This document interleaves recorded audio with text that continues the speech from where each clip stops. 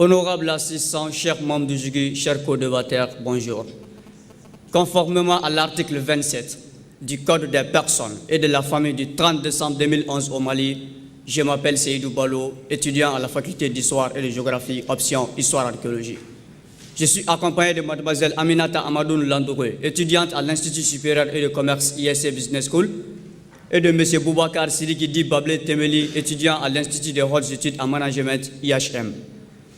Sans plus tarder, voici le thème. La littérature africaine a-t-elle sa raison d'être? Nous répondons absolument.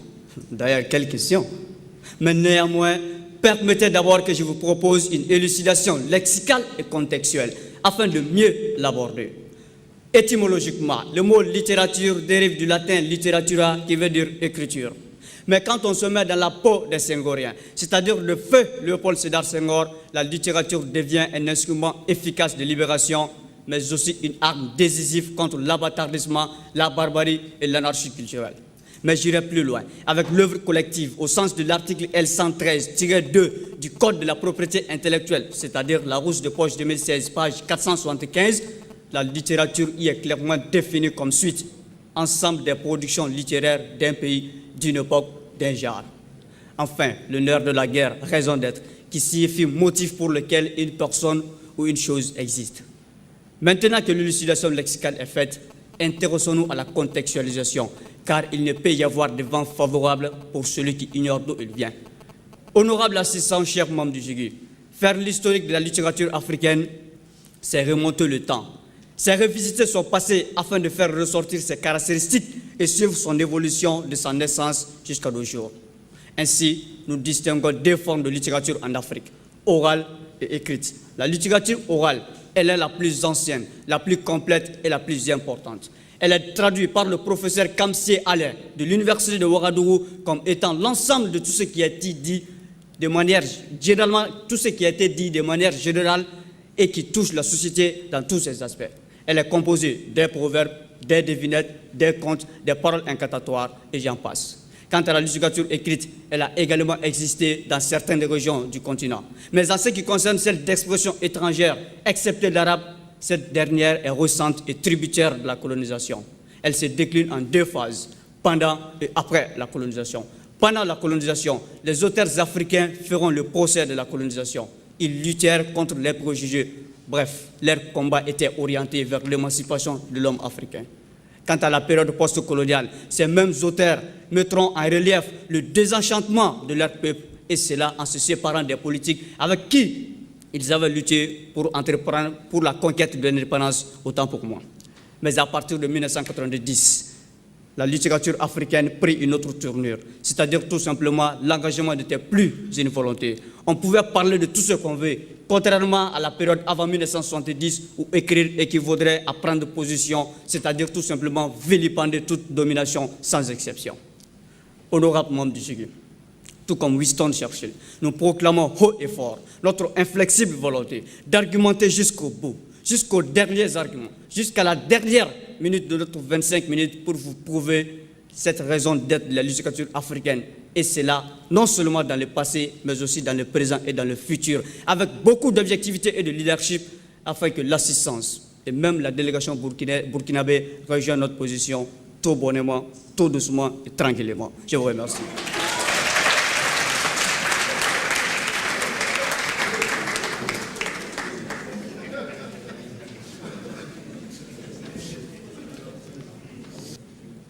Honorables membres du jury, distingués invités, nous sommes à la recherche de la littérature africaine.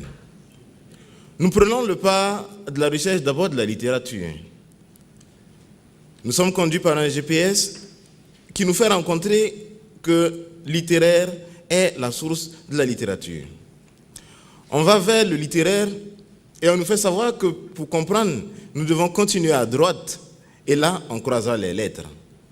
Nous arrivons aux lettres et on nous dit, continuez encore. La littérature se distingue dans l'alphabet. L'alphabet trouvé, nous estimons avoir compris ce que c'est que la littérature. Et là se pose la plus grosse question. Quelle littérature africaine? Est-ce la littérature en Afrique, la littérature de l'Afrique, ou l'Afrique dans la littérature et l'Afrique de la littérature. Autant de questions. Mais avant, puisqu'on parle d'alphabet, de quel alphabet s'agit-il en Afrique? Jusque-là, le logiciel vient de planter parce qu'il n'y a pas de réponse. On attend encore et encore. Et ça finit par reprendre et on nous dit, continuez au nord. On va au nord et on trouve ce qu'ils ont appelé les hiéroglyphes. On te dit, ah oui, là il y a une littérature africaine. Mais automatiquement la question, est-ce un alphabet? À bien y réfléchir, non. Finalement, qu'est-ce que la littérature africaine? C'est facile de pouvoir dire oui, parce que évidemment en panafricain, dire non à la littérature africaine, ça peut sembler dire non à l'Afrique. Mais seulement, est-ce que l'Afrique s'est posé elle-même cette question? Si elle n'a pas posé la question, on ne peut pas lui répondre. On ne peut pas lui dire non. Le nœud de la question n'est pas de savoir si fondamentalement la littérature africaine a sa raison d'exister, mais déjà pour savoir si la littérature a besoin d'être africaine.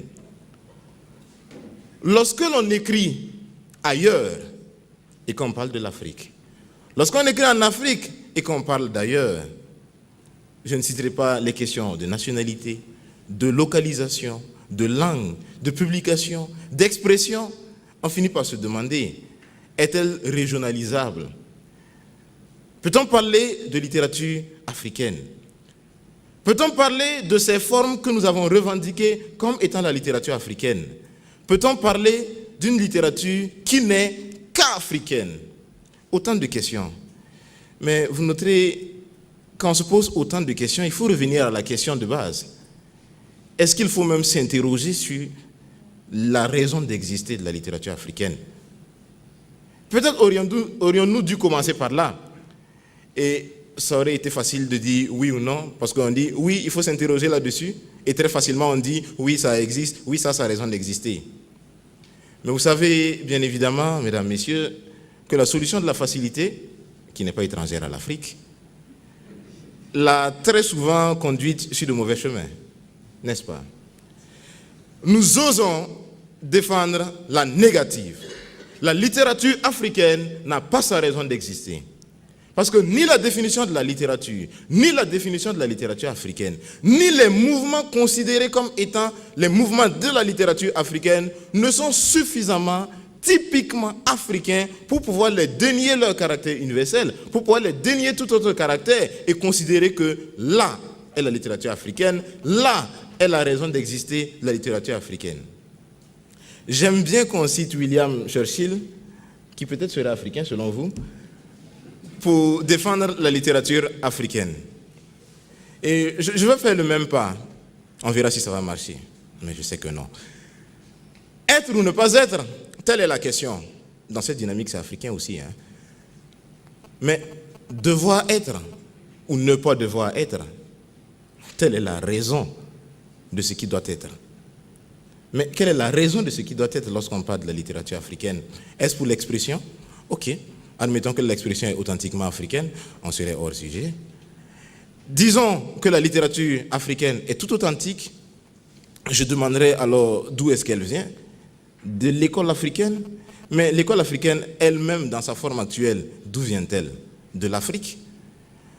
J'attends qu'on me dise oui, parce que là, ce sera plus facile, plus intéressant, n'est-ce pas? Alors, mesdames, messieurs, ce que nous proposons aujourd'hui, c'est de dire tout simplement, la littérature africaine n'a pas besoin d'avoir une raison d'exister. La littérature est. Merci.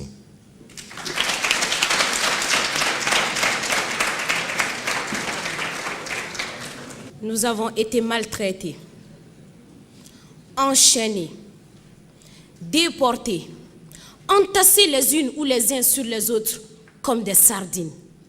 Et c'est là par des gens qui étaient censés nous coloniser. Quel malheur! C'est suite à tous ces mots que quelques Africains se sont vus les porte-étendards de cette décolonisation tout en se mettant à écrire des œuvres comme Le bout de bois de Dieu du Sénégalais Feu Ousmane Sembène qui dénonce les mauvaises conditions de travail des indigènes à cette époque. Suivi du Camerounais Ferdinand Oyono, paix à son âme, qui s'engage dans la critique directe de l'occupation coloniale avec son chef-d'œuvre Une vie de boy. également suivi du Tunisien Albert Memmi, avec son essai intitulé « Le portrait du colonisé », précédé du portrait du colonisateur, qui vilipende la situation coloniale et encourage les États africains non encore indépendants à suivre l'exemple et la voie de la Tunisie et du Maroc indépendants. Enfin, mesdames et messieurs, nous avons le Burkinabé Feu Nazibouni, avec son roman « Crépuscule des temps anciens », qui vise à rattacher les Noirs à leur histoire, leurs traditions et leurs langues délaissées au profit de la colonisation. Honorable membre du jury, tous ces romans et essais aptes à traduire et à relever les phénomènes sociaux. Et c'est pour cela que Stendhal disait, je cite, « Le roman est un miroir promené le long de la grande route. Tantôt il reflète l'azur des cieux, tantôt la fange des bourbiers de la route. » Fin de citation. Et c'est pour cette nouvelle génération des années 1954 que ces romans deviendront le lieu d'une prise de conscience, un moyen de combat, un moyen de communication, un moyen qui met tout un peuple debout et qui donne surtout à réfléchir pour se libérer de la tutelle des Afriques, de ces colons, d'où l'indépendance des États africains. Alors, chers co-débatteurs, penser que la littérature africaine n'a pas sa raison d'être équivaut à condamner l'homme africain de vivre uniquement dans le présent sans se soucier de son passé. Et ça, oui, moi, Aminata Hamadoun Landouré, je ne l'admettrai jamais. Car, comme l'a dit mon capitaine Seydou Balio, il n'y a de vent favorable pour celui qui ignore d'où il vient. Et c'est grâce à cette littérature que nous avons su que le pays de nos co-débatteurs s'appelait la Haute-Volta. Oui, c'est grâce à cette littérature que nous avons su que l'Éthiopie fut un État qui n'a jamais été colonisé. Et oui, mesdames et messieurs, c'est grâce à cette littérature que mes coéquipiers et moi, sans oublier nos co-débatteurs, avons pu traiter ce thème tant crucial et vital pour l'Afrique tout entière. D'où la raison d'être de la littérature africaine et d'où la nécessité de la littérature africaine. Donc sur ce, mes chers co-débatteurs, je vous en prie, cessez de faire du bruit et informez-nous. Je vous remercie.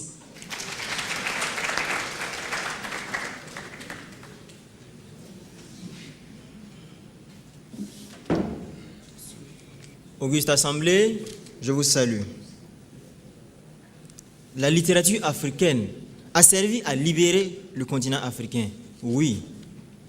La littérature africaine avait sa raison d'être. Oui. Mais cela ne signifie pas que la littérature africaine a sa raison d'être. Là est le nœud de la question.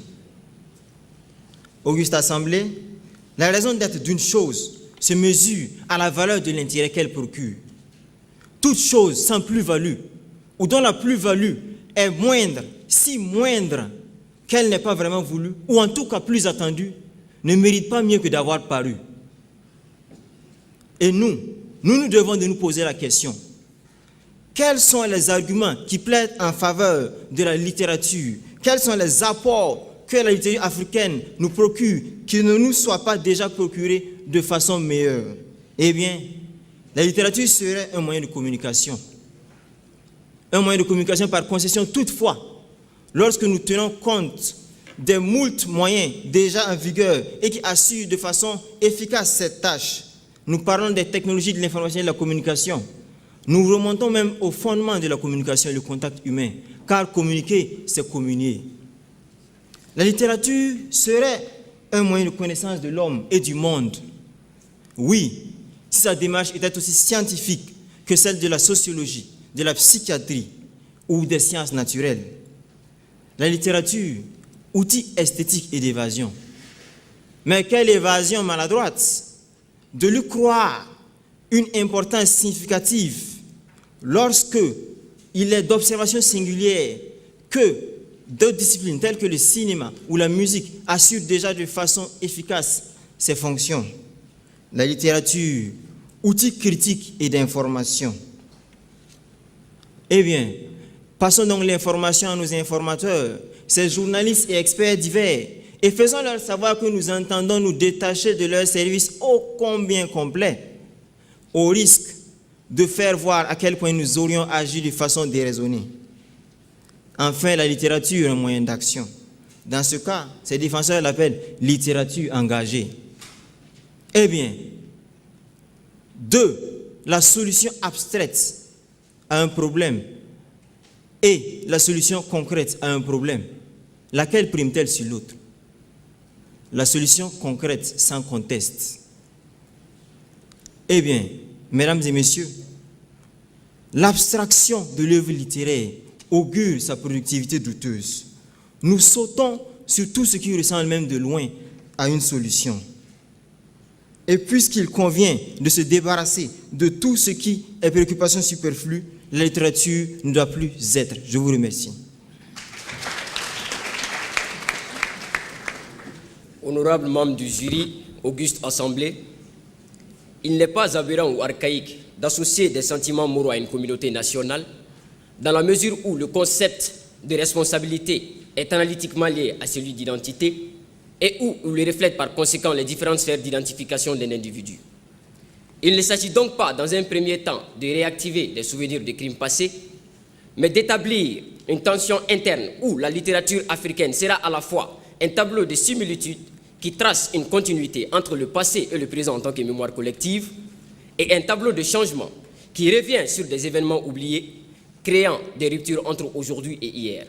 C'est dans cette logique que l'écrivain angolais Pepe Tela, dans son œuvre Ageraka Oda Utopia, littéralement une génération d'utopie, nous fait part de l'existence de deux Angolas, une urbaine et l'autre traditionnelle.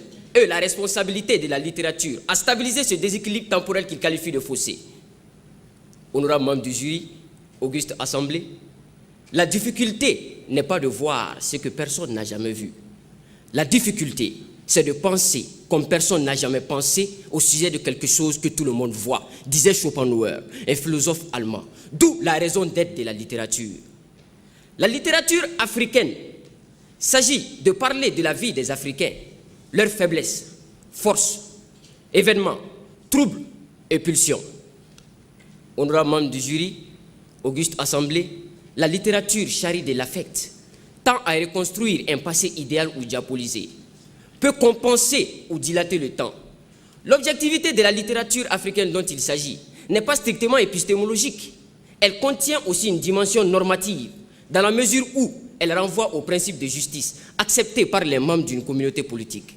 Charmant auditoire, en réalité, je crains que le co-débatteur ne souffre de dissonance cognitive qui qualifie une incompatibilité entre le raisonnement et l'action. Car comme vous le constatez, ils font une critique littéraire qui aussi est de la littérature. De ce fait, l'unanimité sur la raison d'être de la littérature est effective. Charmant auditoire, écoutez cet auteur sud-africain, Ngugi wa Thiong'o.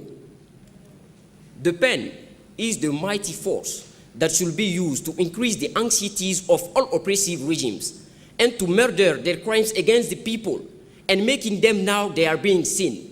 Writing is more dangerous than killing face to politics. Traduction pour nos co-débatteurs qui n'ont probablement pas compris grand-chose. Le stylo est la plus grande force qui devrait être utilisée contre les dictatures afin d'accroître leur anxiété et leur faire savoir qu'ils sont vus. Face aux politiciens, la littérature est plus dangereuse que tu es.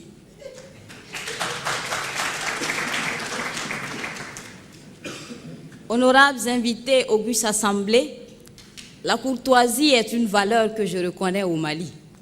Parce que là, notre capacité à comprendre l'anglais est mise en doute. Je vous remercie. Au commencement était la parole. Ah ça oui. Et en Afrique, on l'a toujours compris. Et à chaque fois que cela était nécessaire, on l'a utilisé. En Afrique, au lieu d'écrire, on a parlé. Et c'était plus raisonnant. On s'identifiait à ces paroles. Et pourquoi aujourd'hui? Parce que nous sommes si peu fiers de ce passé oral. Nous nous identifions à une réalité qui n'est pas nôtre, en enviant ceux-là qu'on appelle les Occidentaux. Parce que littérature, lettres, alphabet, ça vient d'eux, mais pas de nous. La parole, elle n'est pas écrite, mais elle est belle quand elle est écoutée. En Afrique,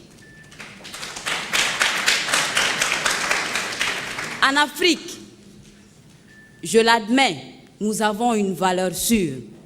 Parce que là, lorsqu'on associe la littérature à l'oralité, pour dire littérature orale, je suis tentée de dire que c'est une aberration.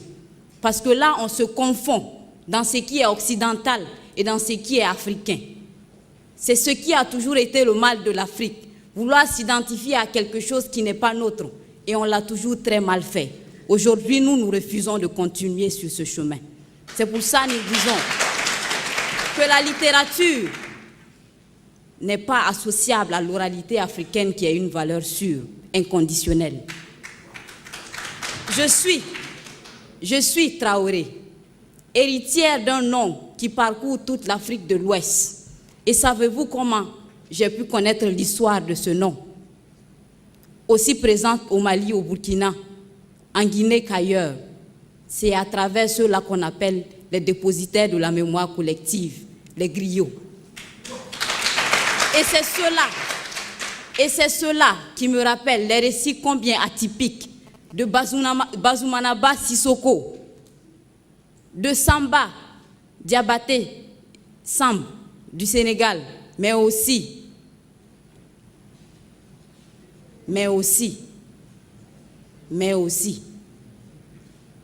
de Badjé du Niger, le seul grand griot, historien, Zarman du Niger.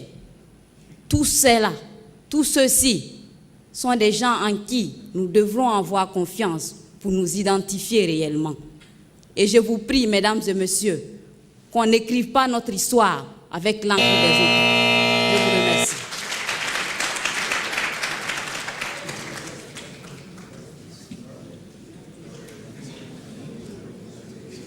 Sans être vexatoire, il est temps qu'on arrête de rentrer dans le débat par la porte de sortie. Franchement.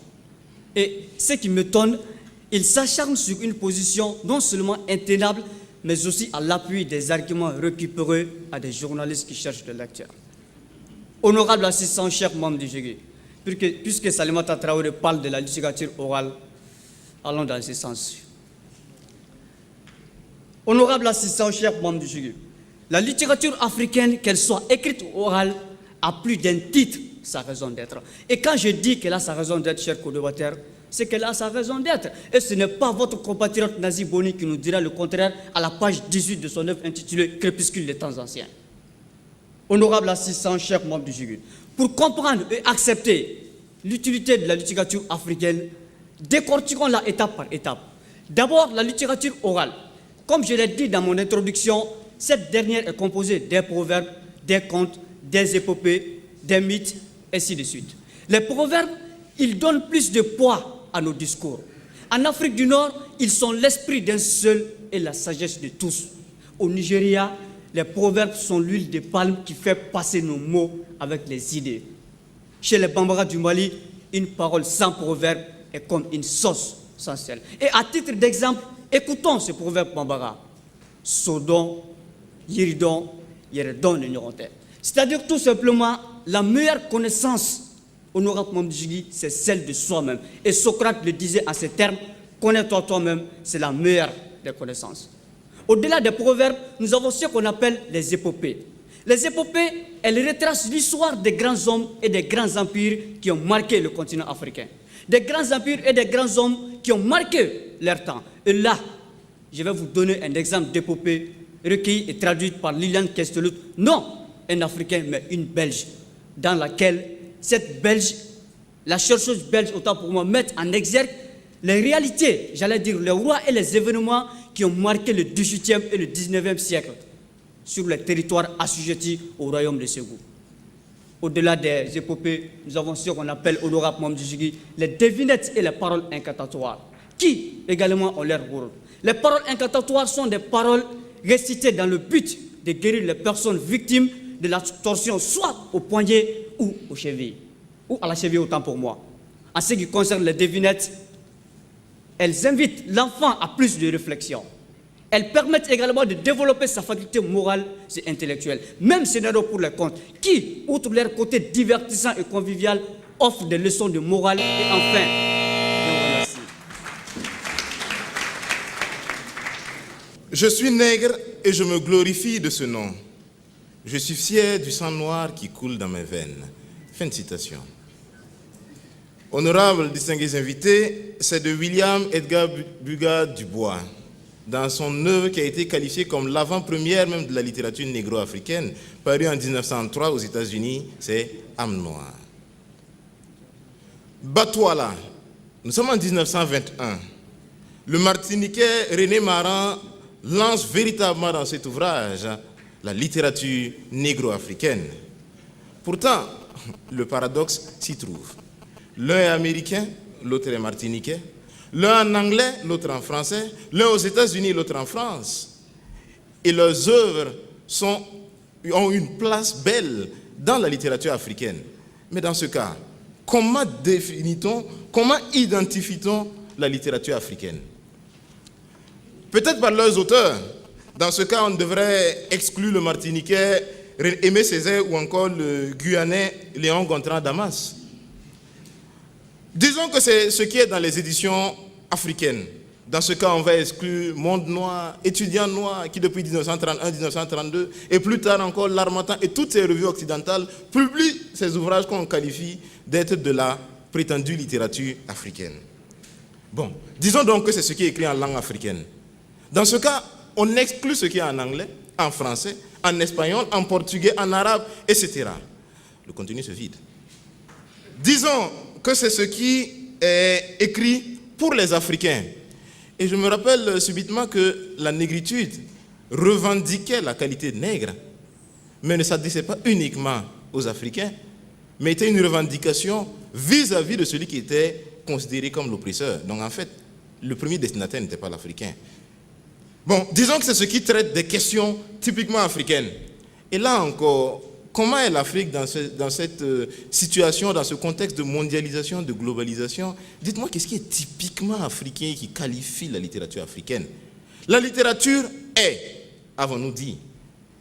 Il n'y a point besoin de contester la littérature. Par contre, son identité africaine pose problème. Ce qui est sûr, s'il n'y a aucun critère pour distinguer clairement ce qu'est la littérature africaine, c'est tout simplement parce que la littérature n'a pas une existence africaine. L'Afrique peut-être, ou même d'ailleurs, je vous le concède, une existence littéraire, ce qui vous a un peu renseigné, mais il y avait Wikipédia quand même. Mais finalement, la littérature est mondiale, universelle, unique. Je vous remercie.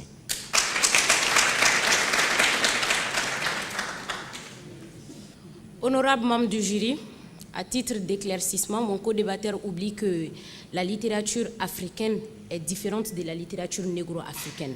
Donc, s'il vous plaît, cessez de pédaler à côté du vélo. Je poursuis mon intervention. Honorables membres du jury, il n'y a pas d'arme plus efficace que la littérature, car elle permet non seulement aux écrivains africains d'exprimer librement toutes leurs pensées, mais aussi elle constitue une source de clairvoyance pour la population.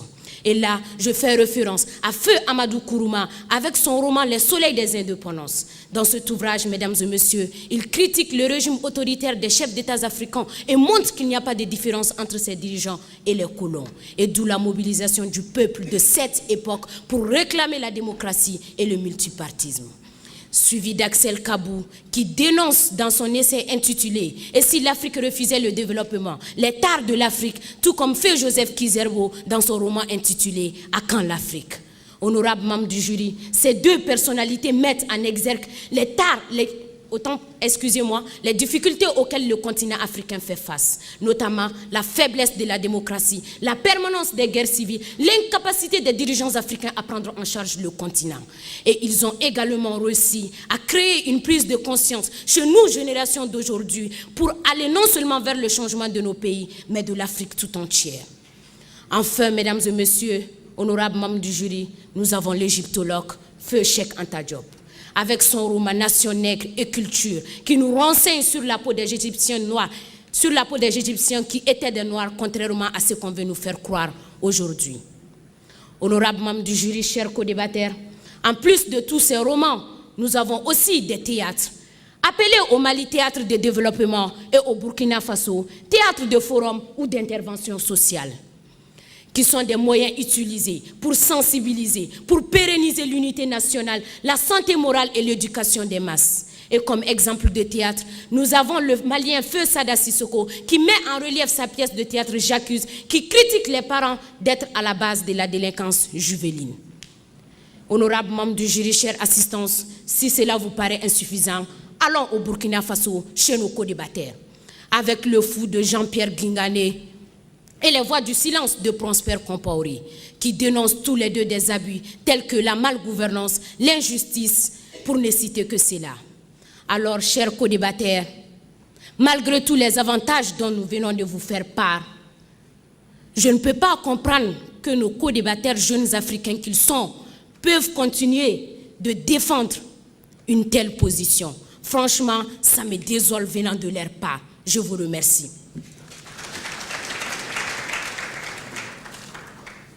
Auguste Assemblée, chers co-débatteurs, face à cette courtoisie persistante de nos frères maliens, je vais aussi leur rendre cette courtoisie-là en leur apportant une contribution afin de les édifier. Si nous sommes ici ce matin, si nous débattons, c'est parce qu'il n'y a pas de position intenable. C'est là toute l'essence du débat. Par ailleurs, l'universalité de la littérature africaine, tel est l'objet de mon propos. Le fait a déjà été établi que l'identification de cette littérature dite africaine est en elle-même problématique.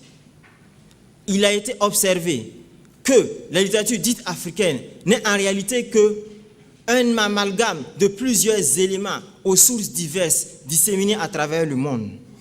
Et face à cette universalité de sources, il découle de façon évidente et incontestable que la littérature est universelle, ce qui, de facto, anéantit toute tentative d'une quelconque régionalisation.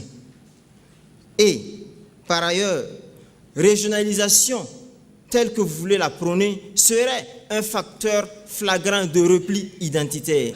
Repli identitaire qui ne serait que de nature à une automarginalisation de l'Afrique. Or, comme le disait l'illustre homme de lettres Aimé Césaire, je cite, « Aucun de nous n'est en marge de la culture universelle. Elle existe, elle est là, elle peut nous enrichir. » Au-delà de toutes ces considérations, l'humanité est notre trait commun à tous. Et ce qui nous rend humains, c'est la pensée.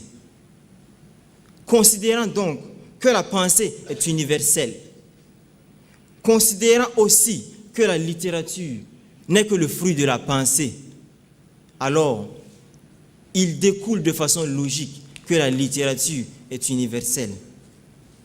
Prétendre la régionaliser reviendrait à une corruption pure et simple de cette valeur que vous défendez vous-même si ardemment ici ce matin. Mesdames et messieurs, nous sommes identiques à tous les peuples de la terre. Fin de citation. Telle est l'illustration apportée par Samben Ousmane lors du Festival international du film de quartier tenu à Dakar entre les 15 et 20 décembre 2004. Cela dit donc, la littérature n'est qu'universelle. Et ces littéraires que vous dites africains l'ont avec insistance affirmé à plusieurs reprises. Prenez-en acte. Je vous remercie.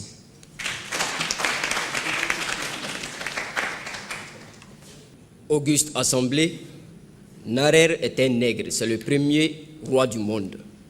C'était un nègre, je le dis, et c'est lui qui a eu la première idée d'unification, l'unification de la Haute-Égypte et de la Basse-Égypte. Platon a étudié en Égypte et a amené cette nouvelle science en Grèce et il fut chassé. Les Occidentaux se sont abreuvés à la littérature africaine. La littérature, elle est africaine. Honorable membre du jury, Auguste Assemblée, je ne connais pas nos co-débatteurs, mais leur méconnaissance de l'Afrique, leur mépris vis-à-vis de la littérature africaine, leur position isolationniste et protectionniste, leurs revirements incessants sont très préoccupants. Nos camarades burkinabés comprennent vite, mais il faut leur expliquer longtemps. Donc je poursuis. S'il est légitime de faire l'éloge dans la sphère littéraire occidentale, il est important de reconnaître que le concept de l'art pour l'art ne revêt vraiment pas de sens dans la littérature africaine, car dans le monde intellectuel africain, l'art est un espace d'engagement. À cet effet, Jean-Paul Sartre, écrivain et philosophe français du XXe siècle, représentant du courant existentialiste, dont l'œuvre et la personnalité ont marqué la vie politique et intellectuelle de la France de 1945 aux années 1968, auteur de la préface Orphée Noir, Richard Wright, écrivain et journaliste américain, le premier afro-américain à écrire un journal à succès titré Native Son, Aimé Césaire, homme politique martiniquais, écrivain, dramaturge, essayiste, fondateur du mouvement littéraire de la négritude, Richard Wright, je l'avais dit, Edward Said, Fidel Castro sont tous unanimes sur le fait que le milieu littéraire africain doit être mondialement reconnu à travers ces auteurs qu'ils qualifient d'eux autonomes, responsables et engagés. Autonomes dans leur façon de voir, de penser et d'agir, qui ont un sens élevé de la responsabilité, qui pensent sur toutes les formes de lutte contre les injustices sociales, politiques et économiques, qui se penchent sur la question de la langue, l'impérialisme occidental, la dictature, etc. Honorable membre du jury, je l'avais dit, nos co-débatteurs comprennent vite, mais il faut leur expliquer longtemps. Tout de suite, le représentant burkinabé, M. Thomas, que la paix soit avec vous, vient de dire qu'il faut soigner les mots par des mots. Il n'a pas précisé, mais cela vient de notre compatriote Thomas Sankara. Alors, il s'agit de soigner les mots de l'Afrique à travers la littérature. Et cette littérature est africaine. Je vous remercie.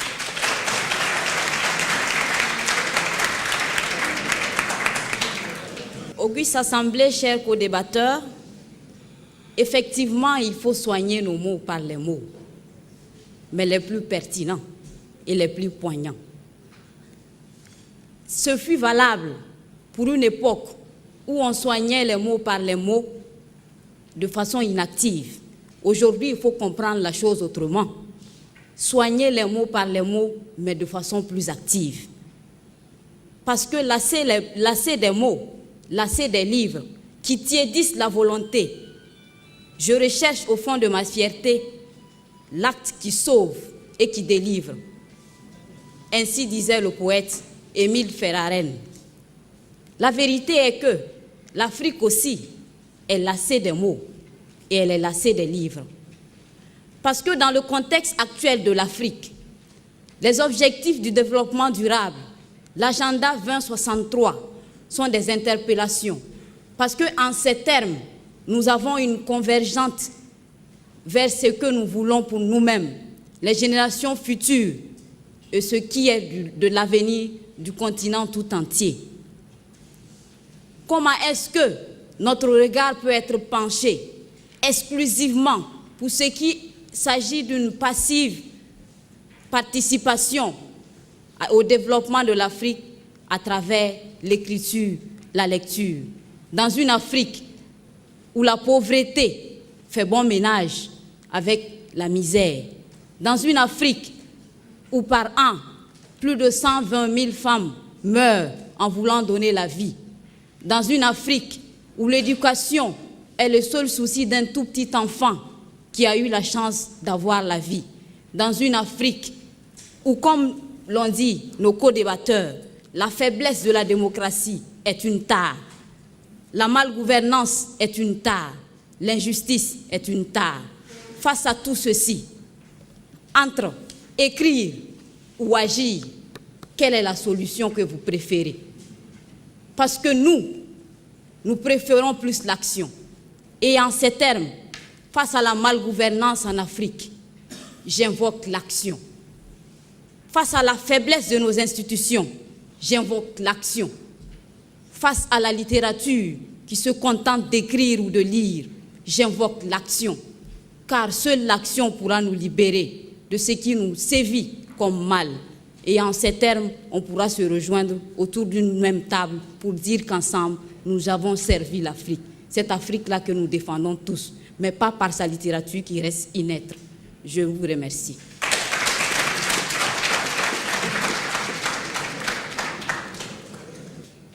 Bien, mesdames, messieurs, résumons. Et pour ce, nous allons vous présenter l'incarnation même de la dite littérature africaine, l'enfant noir. Il se retrouve au crépuscule des temps anciens. Soundiata et l'épopée mandingue sont passés. En attendant le retour des bêtes sauvages, l'enfant noir s'est perdu. En fait, ce qui l'attend, c'est l'étrange destin de Wangrin. Il ne le sait pas encore, mais désormais, les bouts de bois de Dieu sont plantés sur une terre somnambule. L'aventure ambiguë aura lieu dans une ville cruelle. C'est un piège sans fin. Les soleils des indépendances ne brillent plus. Même le vieux nègre n'aura pas sa médaille. Son seul souhait, c'est de rentrer chez lui et de rédiger le cahier d'un retour au pays natal, ou encore une si longue lettre. Il n'a plus même le moindre souvenir du regard du roi. Il prie avec beaucoup de foi, mais hélas, Allah n'est pas obligé. Même s'il fait la grève des battus. Ce que nos amis défendent ici, c'est l'enfant noir. Pour ce, il faut le reconnaître, ils ont utilisé de beaux mots, comme un nègre à Paris. En vérité, il me rappelle l'antériorité des civilisations nègres. Quand je les entends défendre ainsi la raison d'exister de la littérature africaine, une seule chose vient à répondre: le monde s'effondre. Le monde s'effondre sur la prétendue littérature africaine. Amadou Ampateba disait, je cite, « Certaines vérités ne nous paraissent invraisemblables que tout simplement parce que notre connaissance ne les a pas atteints. » Fin de citation. L'Afrique sait, l'Afrique parle. Pour autant, l'Afrique doit-elle s'inscrire dans les canaux classiques établis par les autres? Enfin, l'Afrique doit se lever. L'Afrique doit agir.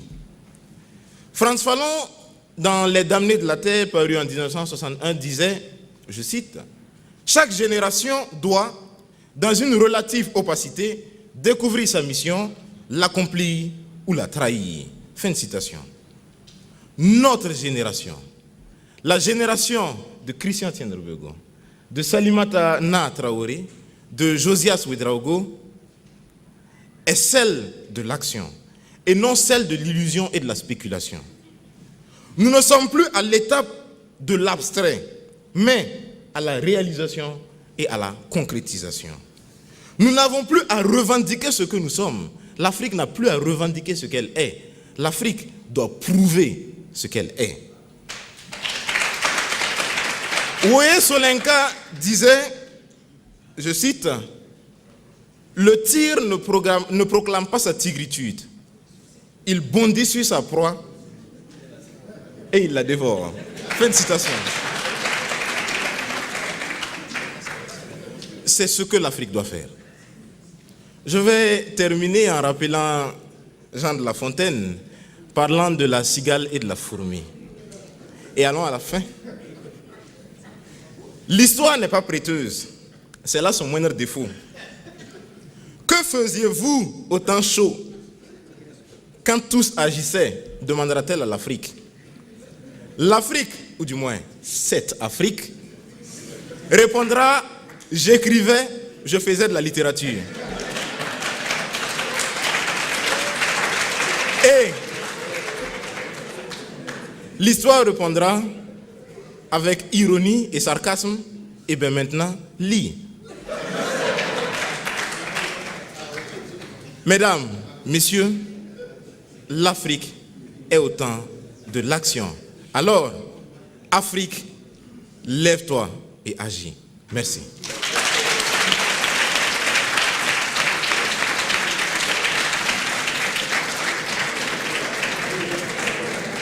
Belle poésie, je dois le reconnaître. Mais il se trouve malheureusement que nous sommes dans un débat. Et dans un débat, il ne faut pas seulement la volonté de séduire mais plutôt de convaincre. Sinon, plus séducteur que moi dans cette salle, tu meurs et je peux vous le prouver. On dit l'universalité de la littérature. Dois-je rappeler le thème?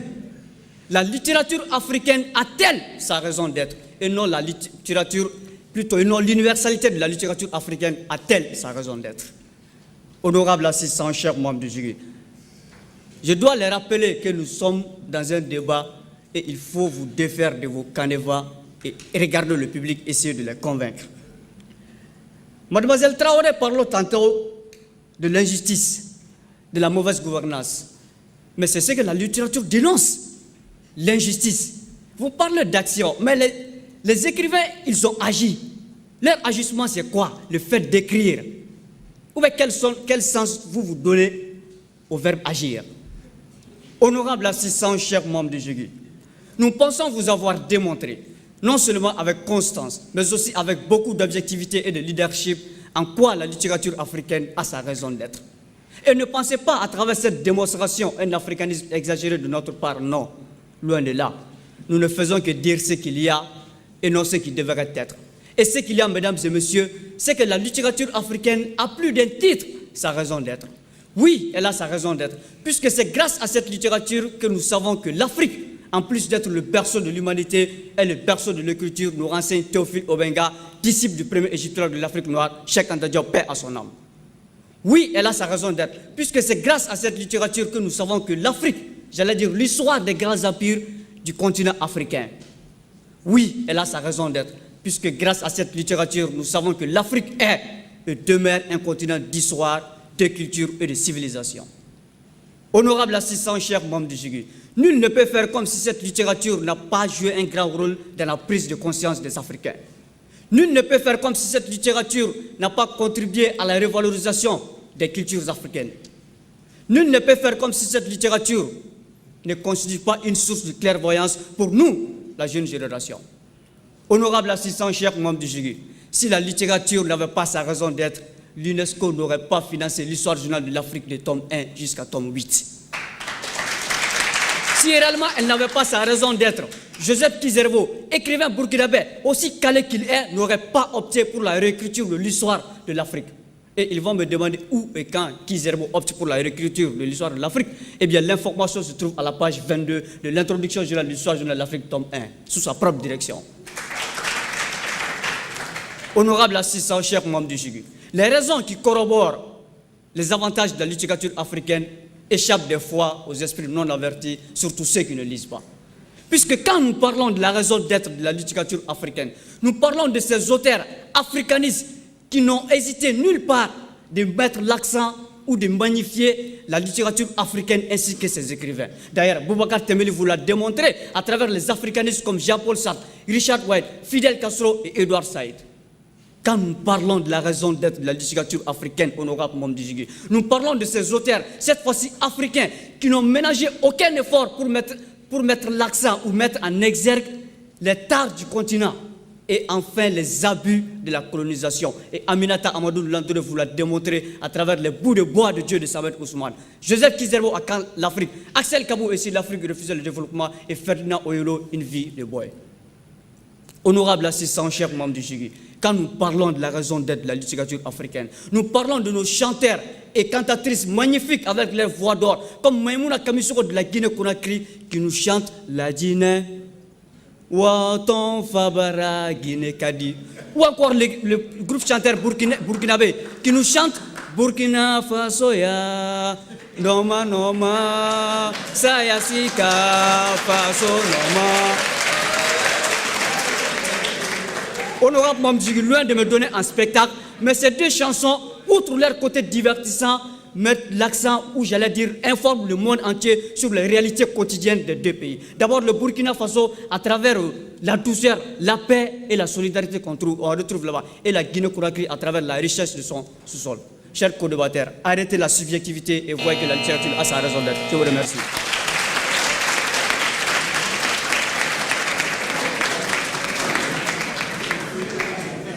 Je pense que déjà, chacun se fait juge, chacun déjà a son idée derrière la tête, chacun dit quelle équipe va gagner, mais c'est le jury qui va le décider. Alors, je m'en vais parler du meilleur orateur. Par rapport au meilleur orateur, nous avons échangé, mais les membres du jury et moi, et je pense que ce point-là, nous n'avons pas mis beaucoup de temps pour le conclure. Le meilleur orateur de cet exercice est bien du Burkina Faso.